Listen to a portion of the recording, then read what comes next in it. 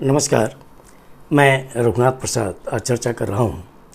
दिनांक 28 अगस्त 2024 को जो ही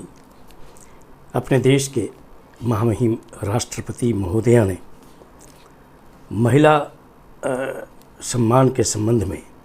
एक पीटीआई को इंटरव्यू दिया और उसके बाद उनका लिखित भी स्टेटमेंट जारी हुआ और उसमें स्पेशली आरजीकर मेडिकल कॉलेज के जो डॉक्टर बिटिया के साथ जो घटना घटी उसकी चर्चा हुई। उसमें उन्होंने यद्यपि इस बात की चर्चा की कि क्रम जारी है पहले से और उसमें जो नर्सरी की 2 छात्राओं के साथ दुर्व्यवहार हुआ बदलापुर में महाराष्ट्र में उसकी भी चर्चा है, लेकिन जो टाइमिंग है उसको लेकर सोशल मीडिया पर बाढ़ आ गई वीडियोज़ की और विपक्ष ने भी सर्वोच्च पद पर आसीन, संवैधानिक पद पर आसीन जो देश के प्रथम नागरिक हैं उन पर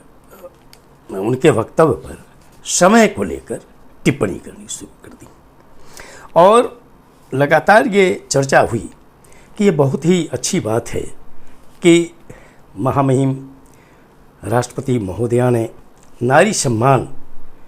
पर चिंता जाहिर की और उन्होंने कहा कि अब बहुत हुआ और ये बात ज़रूर पहले होनी चाहिए थी। निश्चित तौर पर देश प्रतीक्षा कर रहा था कि जब पिछले साल मई में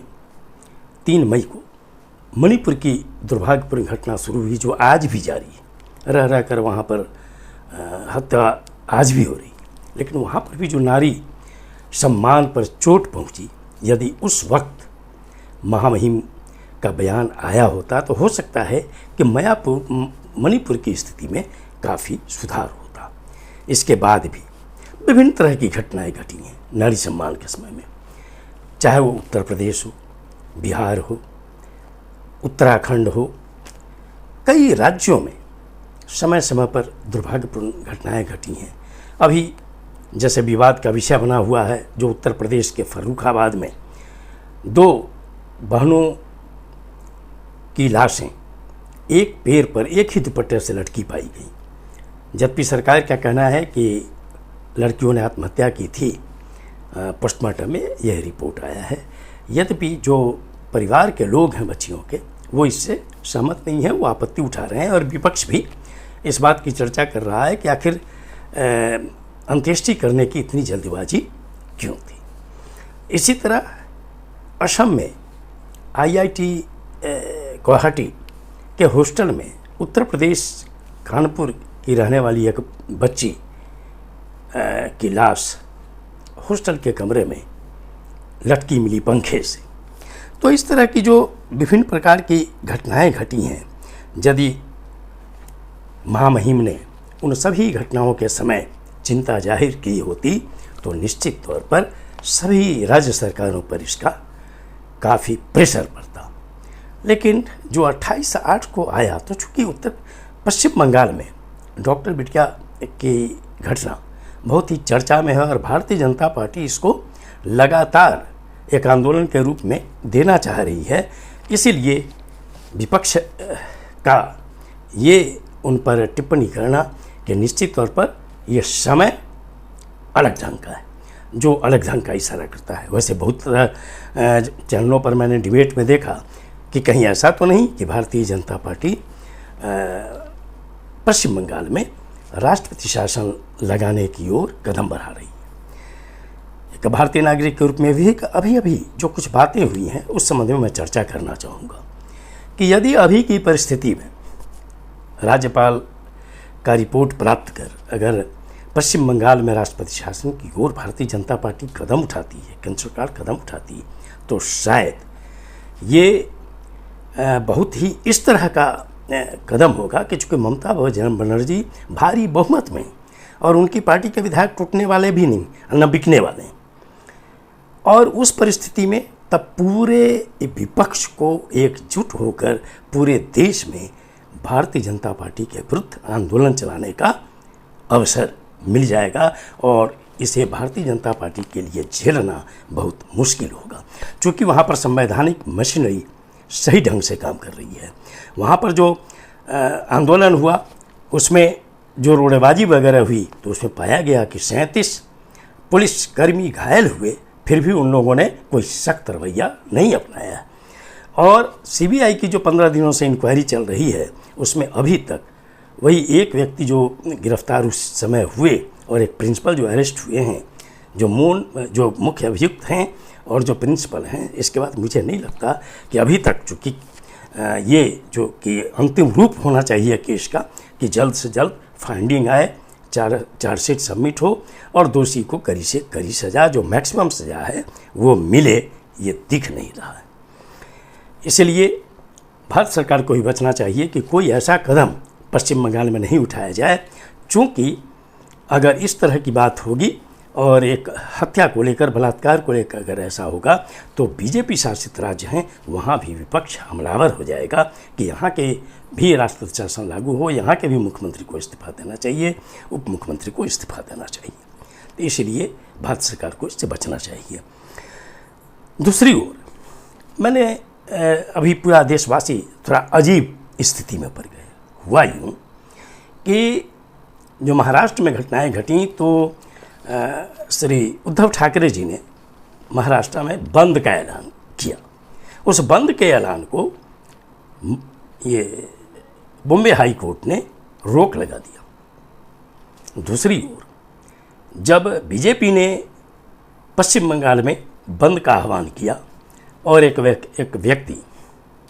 शायद वो एडवोकेट हैं, उन्होंने PIL दायर किया उस बंद के खिलाफ, तो कलकत्ता हाई कोर्ट ने टिप्पणी की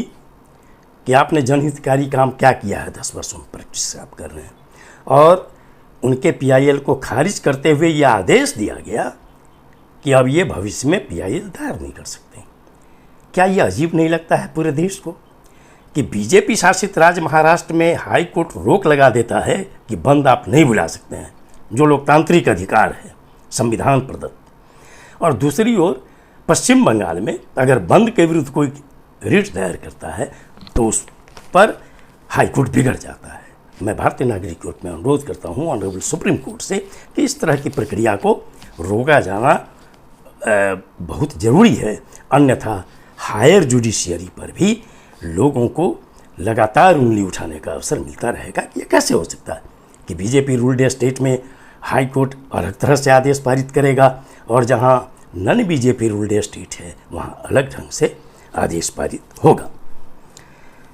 और मैं अब आता हूँ बहुत इम्पोर्टेंट इशू पर। कल जिस तरह की बयानबाजी हुई, पश्चिम बंगाल की मुख्यमंत्री सुश्री ममता बनर्जी जो संवैधानिक पद पर हैं, उन्होंने कह दिया कि यदि बंगाल जलेगा तो असम सहित कई राज्य जलेंगे और दिल्ली भी जलेगी। निश्चित तौर पर कोई भी